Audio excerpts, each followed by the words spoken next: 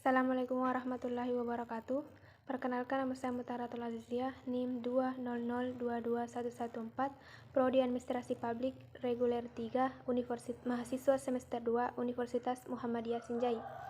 Baik, saya akan menjelaskan sistem ekonomi Indonesia dan sejarah sistem ekonomi Indonesia dari masa ke masa. Berbicara tentang sistem ekonomi Indonesia, dapat kita ketahui apa sih itu sistem, apa sih itu ekonomi, dan apa itu Indonesia. Sistem merupakan sekumpulan komponen atau elemen yang dikumpulkan menjadi satu untuk mencapai suatu tujuan.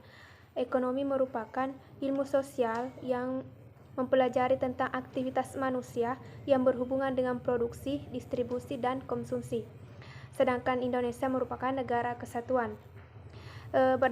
Berdasarkan pendapat dari Muhammad Hatta, sistem ekonomi Indonesia adalah sistem yang mengatur perekonomian agar bisa diterapkan dalam negara Indonesia dan harus atas dasar kekeluargaan. Adapun sejarah sistem ekonomi Indonesia dari masa ke masa.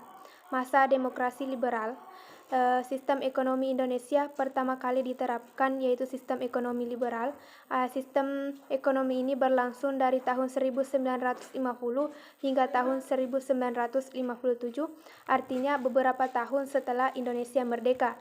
Pada saat itu, perubahan kabinet yang selalu terjadi, maka berdampak negatif terhadap lemahnya ekonomi di Indonesia.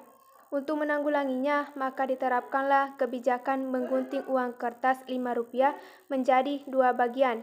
Bagian pertama bernilai 2,5 sebagai pembayaran yang sah. Bagian yang lainnya bernilai 2,5 digunakan untuk membeli obligasi pinjaman nasional. Kebijakan ini diambil oleh Menteri Keuangan yang pada saat itu tengah menjabat, yaitu Bapak Syafruddin Prawiranegara. Selain kebijakan menggunting uang kertas, pada saat itu juga terjadi namanya Gerakan Banteng untuk merubah sistem ekonomi kolonial menjadi sistem ekonomi nasional. Kebijakan ini dinyatakan oleh Dr. Sumitro Jojo Hadikusumo, seorang ahli ekonomi pada masa Kabinet Nasir. Gerakan ini dilakukan untuk melindungi para pengusaha dalam negeri dengan memberikan suatu bantuan berupa kredit atau bimbingan yang konkret. Masa demokrasi. Sistem ekonomi Indonesia mengalami perubahan pada tahun 1959 sampai tahun 1966 yang awalnya ekonomi liberal berubah menjadi sistem ekonomi etatisme, di mana seluruh sistem ekonomi diatur dan dikuasai oleh pihak negara, baik itu dalam aspek sosial, ekonomi, ataupun politik. Sistem ekonomi ini dicetuskan oleh Presiden Insinyur Soekarno di tahun 1959. Sistem ekonomi ini dilakukan karena sistem ekonomi liberal membuat setiap pengusaha di dalam negeri tidak mampu bersaing dengan pengusaha asing. Maka pada saat itu dibentuklah Dewan Perancang Nasional atau Depernas di tahun yang sama yang diketuai oleh Muhammad Yamin untuk mempersiapkan rancangan Undang-Undang Pembangunan Nasional. Masa demokrasi ekonomi.